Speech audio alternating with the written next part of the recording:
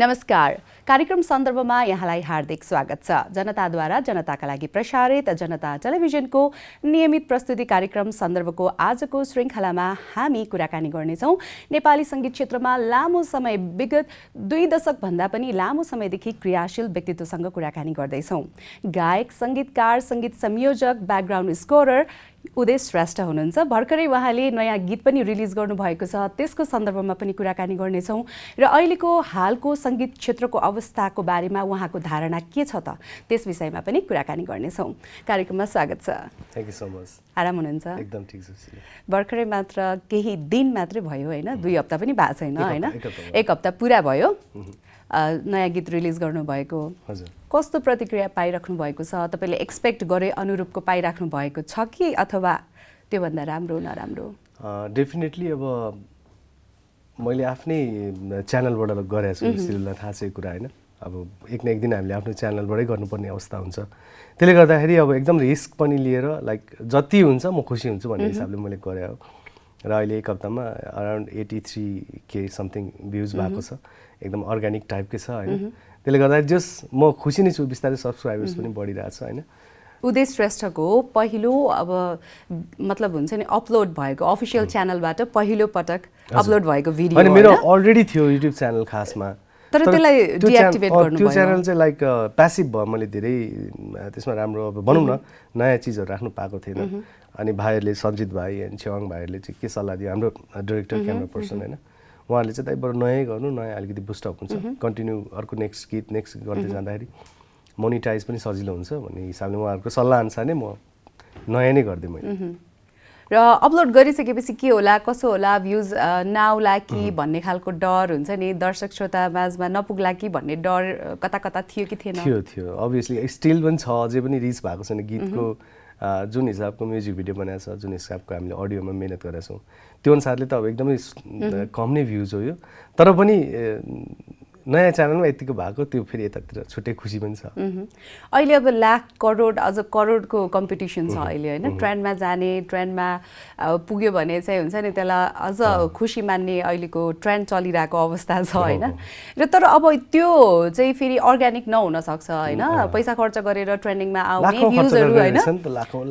तपाईले कति खर्च गर्नुभयो? मैले एकचोटि बुस्ट गरेँ 10,000 को, $100 को चाहिँ बुस्ट गरेको छु युट्युब। त्यति मात्रै हो? तर पनि त्यति 2 दिनलाई मात्रै भयो। तर पनि जस्तो सब्सक्राइबर पनि अब यहाँको टोटली 0 सब्सक्राइबरबाट सुरु भएको च्यानल हैन, अहिले अब 3+ भइसकेको छ, 300+ भइसकेको छ हैन। र अलिकति मोटिभेट हुनु भएको छ, अब चाहिँ राख्यो भने बिस्तारै राम्रो हुँदै जाला अनि यसबाट पछिको लागि लङ टर्मको लागि अहिले सोचिरहेको अवस्था छ। एकदमै पोजिटिभ छ यो कुरामा चाहिँ, किन भन्दाखेरि मलाई भनौँ न यो सोसल साइटमा अब एकदमै सपोर्ट गरिरहनु भएको छ हाम्रो सञ्जित श्रेष्ठ भाइ अनि छेवाङ भाइ, सञ्जल, जति पनि अब हाम्रो अहिलेको कसैले पनि सायद नचिन्ने कोही पनि छैन होला, हाम्रो छोरी साइलिन, उहाँकोबाट पनि टिकटकहरू आइरहेछ होइन। त्यसले गर्दाखेरि एकदमै लाइक म एकदमै सेफ ह्यान्डमा छु, एकदम राइट ह्यान्डमा छु, उहाँहरूकै गाइडमा म अगाडि बढिरहेको छु खासमा। त्यसले गर्दाखेरि केही न केही त हुन्छ डेफिनेटली। 20 वर्षभन्दा पनि बढी भइसकेको छ यहाँ सङ्गीत क्षेत्रमा लाग्नु भएको होइन। हुन्छ नि हिजो अस्ति भर्खरै जस्तो लाग्छ कि के लाग्छ? अहिलेसम्म तपाईँ अब अहिले पनि निरन्तर गरिराख्नु भएको छ होइन। अहिलेको जेनेरेसनसँग पनि कम्पिटिसन भइरहेको जस्तो देखिन्छ दर्शक श्रोताको लागि त होइन। कतिको गाह्रो छ पहिले एउटा एस्टाब्लिस भइसकेको कलाकारलाई? म्युजिकमा धेरै फ्लक्चुएसन देखियो होइन। जस क्यासेट्सको जमाना, त्यसपछि सिडी, अब त्यसपछि पेन ड्राइभ हुँदा हुँदा अब हुन्छ नि अब अहिलेको ट्रेन्डै चेन्ज छ खासमा। त्यसले गर्दाखेरि जोस आफूलाई लक्की पनि फिल गर्छु, किनकि सबै चिज देख्दै देख्दै देख्दै आयो, भोग्दै अप्स एन्ड डाउन सबै कुरा देखियो नि त। अब सधैँ हिट भइरहने, सधैँ चलिराख्ने भने त त्यो कसैको लागि पनि सम्भवको कुरा जस्तो लाग्दैन। अब आज कुनै नाम चलिरहेको हुन्छ होइन, ट्रेन्डिङमा छ, भोलि त्यो पछाडि अर्को नाम पनि आउँछ डेफिनेटली। तर यति कुरामा चाहिँ खुसी छु किनकि मैले म्युजिक कन्टिन्यू नै गरिरहेको छु अनि एउटा आफ्नो किसिमको एउटा सर्कल छ, लाइक हामीले माया गर्ने किसिमको दर्शक श्रोताहरू हुनुहुन्छ, उहाँहरूकै लागि भने म गरिरहन्छु र गरिरहनु पर्छ भन्ने चाहिँ लाग्छ मलाई। हजुर गायक सङ्गीतकार अब एउटा सङ्गीतकर्मी भनौँ न उदय श्रेष्ठ भन्ने बित्तिकै किन मायामा गीतको कुरा आइहाल्छ यो जुनीमाको कुराहरू आइहाल्छ होइन र त्यो बेलादेखि स्ट्रगल गरिरहेको व्यक्ति अहिले पनि स्ट्रगल गर्दै पनि हुनुहुन्छ होइन आफ्नो गीतहरूलाई दर्शक श्रोतामा धेरै दर्शक श्रोतामा पुगोस् भन्ने होइन त्यो बेलाको स्ट्रगल सजिलो अथवा गाह्रो कि अहिलेको स्ट्रगल कम्पेरिटिभली के छ एकदमै लाइक फरकै अर्कै खालको फरक छ त्यतिखेर पनि अब स्ट्रगल नै हुन्थ्यो किन भन्दाखेरि हामीले अब गीत रेकर्डिङ गरेर क्यासेट सिडीमा बनाएर त्यसपछि कम्पनीमा लाइनमा बस्नु पर्थ्यो अनि कम्पनीले एक्सेप्ट गरेपछि केही गीत राम्रो छ भने फेरि कम्पनीले पनि अब टेलिभिजनहरूमा प्रोमो 1 मिनटको आधी मिनटको प्रोमो त्यहाँ पेल्नु पर्थ्यो होइन त्यतातिर प्रमोसनमा खर्च हुन्थ्यो नि त्यतिखेर अब एउटा टेलिभिजनले मन्थली किन भने 12-15 हजार लिन्थ्यो 10-12 टेलिभिजनमा 1.5 लाख त त्यहाँ पनि जान्थ्यो 6 महिना 1 वर्ष पनि प्रमोसन हुन्थ्यो कति आर्टिस्टको भने त्यहाँ पनि लाखौँ खर्च हुन्थ्यो होइन तर रिटर्नमा क्यासेट सेल हुन्थ्यो सिडी सेल हुन्थ्यो अब अहिले चाहिँ हामीले सोसल साइटमै प्रमोसन गर्ने हो रिटर्नमा अब युट्युबबाट अब रेभिन्यू आउने हो होइन त्यो फरक चाहिँ छ अब मलाई चाहिँ जहाँसम्म लाग्छ म चाहिँ कस्तो सोच्छु भन्दाखेरि त्यतिखेर खर्च गरिन्थ्यो भने अहिले पनि गर्नुपर्छ आफ्नो प्रोडक्टलाई अब राम्रो गीत सुन्नु खोज्ने अब श्रोता दर्शकहरूमा आज हामीले पुर्याउनै सकिन भने त होइन त्यो के को लागि गर्नु त गीत त्यसले गर्दाखेरि आफ्नो एक्सेस भएसम्म आफूले सक्नेसम्म चाहिँ राम्रो प्रोडक्ट छ भने राम्रो गीत छ क्वालिटीको छ भिडियो क्वालिटीको छ भनेदेखि चाहिँ केही हदसम्म हामीले प्रमोसन गर्नुपर्छ र गरेको राम्रो जस्तो लाग्छ अहिलेको अवस्थामा कति कलाकारहरूको गुनासो चाहिँ सुनिन्छ अहिले पैसा नभइकन आफ्नो सृजनाहरू बाहिर ल्याउनै सकिँदैन होइन जस्तो अडियोमा उत्तिकै खर्च लाग्छ अडियो मात्र भएर भएन अहिले त युट्युबको लागि भनेर राम्रो म्युजिक भिडियो राम्रो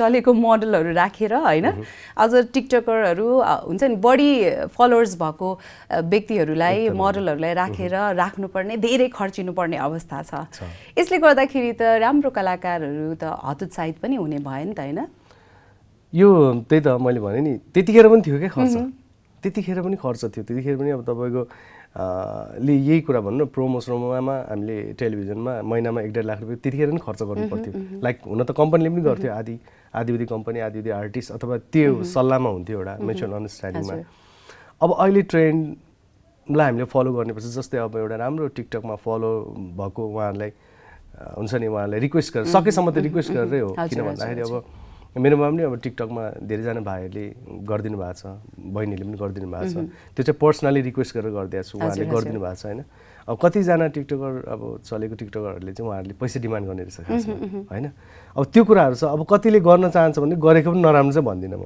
त्यसले पनि एउटा रिच भयो नि त एउटा पब्लिकमा पुऱ्यायो नि त उहाँको एउटा टिकटक एक्टले गरेर अहिले त टिकटकै जमाना छ 15 सेकेन्डमा गीत बुझ्ने जमाना भइसक्यो अहिले हजुर पहिला 5 मिनटको 6 मिनट अनि त्यो 15 सेकेन्डको लाइन बाँकीको लाइन थाहै छैन होइन कतिलाई यादै हुँदैन पछाडि गीत कुन चाहिँ गीतको यो पार्ट हो जस्तो हुन्छ कि मान्छेले जति त्यति सुने त्यति छ अब त्यसलाई विकृति नै त म भन्न सक्दिनँ होइन किनभने अब जमाना हो टिकटकलाई विकृति भन्नु भनेको मै मूर्ख हुन्छु किनकि अहिले टिकटक नै हेरेर अहिले मान्छेले दिन बिताइरहेको छ टाइम पास गरिरहेछ टिकटकले अहिले कतिलाई रोजगार दिइरहेछ हैन स्टार बनाइसक्यो त्यो फ्री ओपन कम्पिटिसन बनाइदिएको छ टिकटकले अब तपाईसँग स्किल छ तपाईले एक्ट गर्न सक्नुहुन्छ भने त्यो आफ्नो फलोअर्स बढाइ एउटा भनौँ न फिल्म इन्डस्ट्रीसम्म पनि आइरहेछ टप मोडल पनि भइरहेछ त्यसले गर्दाखेरि अब हामीले ट्रेन्ड चाहिँ फलो चाहिँ गर्नै पर्छ यी सब कुरामा उदय श्रेष्ठ चाहिँ पोजिटिभ हुनुहुन्छ म एकदम पोजिटिभ मैले कसरी नेगेटिभ भन्नु न हैन हिजोको भर्खर बाटो खन्दै गरेको ठाउँमा त चिल्लो कार जाँदैन नि हजुर हजुर हैन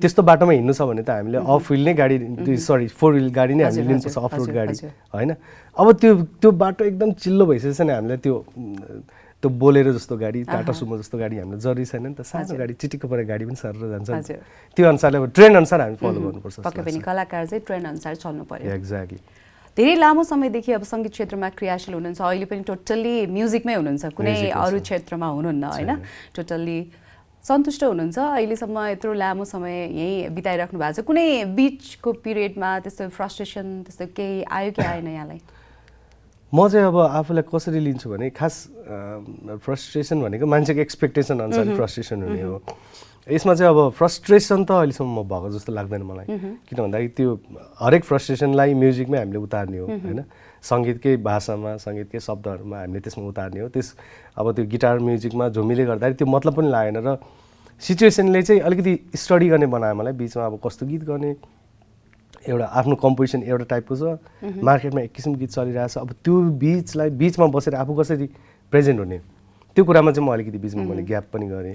र फाइनल्ली अब धेरै कुराहरूबाट म ओभरकम भएर अब चाहिँ आई हेभ टु डु, अब मैले गर्नै पर्छ, यो राइट टाइम हो, अब गरेन भने चाहिँ धेरै गाह्रो हुन्छ भन्ने हिसाबले अहिले अगाडि बढाएको छु। र लाइफमा सायद अप्स एन्ड डाउन्स आयो, तर फ्रस्ट्रेसन चाहिँ म कहिले पनि भइनँ र एकदम सेटिस्फाइड छु, किनकि हरेक चिज सक्सेस हुनलाई नै भनेर गरिँदैन होइन, एउटा आफ्नो सेल्फ सेटिस्फ्याक्सन पनि हुन्छ, आफ्नो एउटा आत्माले मागेको कुरा पनि हुन्छ, त्यो कुराहरू मिट हुँदाखेरि अर्कै छुट्टै एउटा आनन्द। दिनमा म्युजिकलाई कति समय दिनुहुन्छ यहाँले? यहाँको त अब घरमै पनि म्युजिकै माहौल छ, यहाँले आफूले क्रिएट गर्नुभएको छ होइन, र काम पनि अहिले अब ब्याकग्राउन्ड स्कोररको काम पनि गरिराख्नु भएको छ मिडियामा, र सँगसँगै अब म्युजिक कम्पोजिसन छँदैछ, अलिअलि गीतहरू पनि लेख्नुहुन्छ, गाउनुहुन्छ होइन। ओभरअल अब म्युजिकमै नै भइन्छ कि प्रायः, अब तपाईँले भन्नुभएको जस्तै ब्याकग्राउन्डको काम गर्दा म्युजिकै भयो, अनि अलिकति फ्री हुने बित्तिकै अब लाइक अहिले मलाई तिमी मन पर्यो भन्ने गीत आएको छ, मन पराइदिइरहनु भएको छ सम्पूर्ण दर्शक श्रोताहरूले, अनि अब त्यस्तै टाइपको अलिकति त्योभन्दा फरक के गर्न सकिन्छ त, अनि अलिअलि टुक्रा बनाउँदै राख्ने, जस्ट ओभरअल यतिकै म्युजिकमै हुन्छ प्रायः दिनभरि। टोटली हजुर। अलिकति टुक्रा त्यो गीत सुनाइदिनु न, भर्खर रिलिज भएको, निकै मिठो बनेको छ यो गीत, म्युजिक भिडियो पनि राम्रो, यहाँले आफैले खेल्नु पनि भएको छ। मेरो भर्खर रिलिज भएको गीत मलाई तिमी मन पर्यो, एक टोरे सुनाइन्छ। ओके।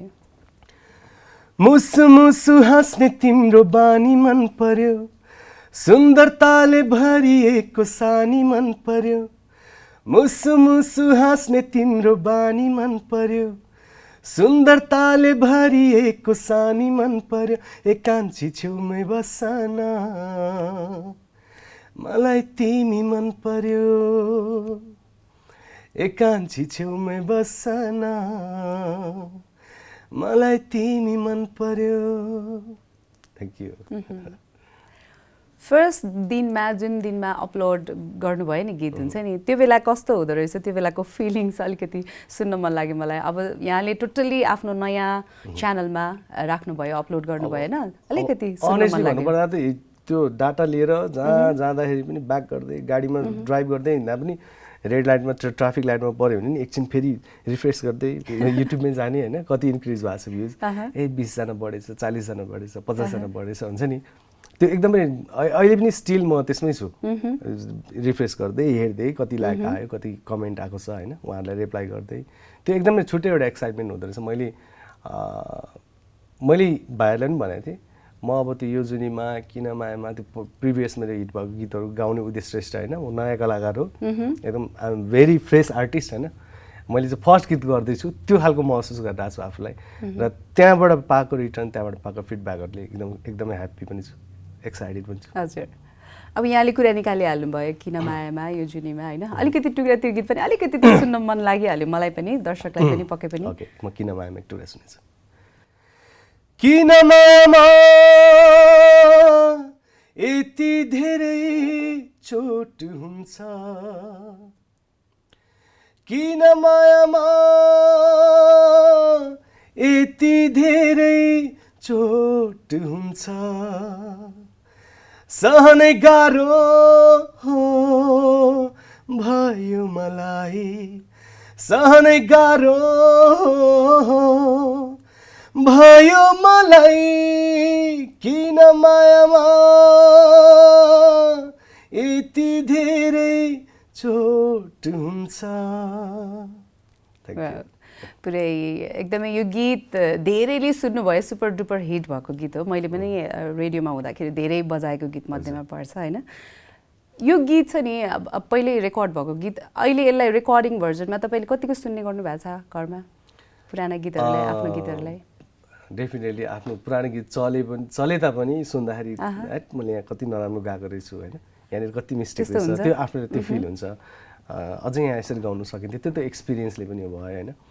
र एउटा जस्ट आज भन्दैछु फर्स्ट टाइम मिडियामा, किन मायामा चाहिँ फेरि रिभर्सन आउँदैछ, नयाँ भर्सन आउँदैछ, अनि अकोस्टिक भर्सन आउँदैछ, यसको चाहिँ रेकर्डिङ अलमोस्ट सकिसकेको छ, र हामीले एउटा लाइभ सेसन जस्तो भिडियो पनि रेकर्ड गरिसकेका छौँ, अनि सायद मोस्ट प्रोबेबली अब नेक्स्ट प्रोजेक्ट चाहिँ किन मायामा रिलोडेड आउने वाला। अब उदय श्रेष्ठ भन्ने बित्तिकै त त्यो गीत यत्तिकै पनि आउँछ होइन जोडिएर जहाँ जाँदाखेरि पनि यहाँले स्टेजमा गाउनुपर्ने अवस्था रहन्छ होइन यो गीत चाहिँ गाउनै पर्छ भन्ने खालको होइन र अहिले अब नयाँ पुस्ताको लागि भनेर यहाँले नयाँ भर्जन निकाल्दै हुनुहुन्छ यहाँलाई अल द बेस्ट त्यसको लागि पनि एकदमै राम्रो होस् र अब जस्तो यहाँसम्म आइपुग्दाखेरि धेरै उतार चढावहरू पनि भयो होला होइन कति अब पहिला एकदमै चलिसकेको गीत त्यसपछि कति गीतहरू निकाल्दाखेरि त्यो किसिमको रेस्पोन्सहरू नआएको पनि हुनसक्छ धेरै भए पनि कति त्योभन्दा राम्रा गीत पनि थिए होलान् त्योभन्दा बढी मेहनत गरेका गीतहरू पनि थिए होलान्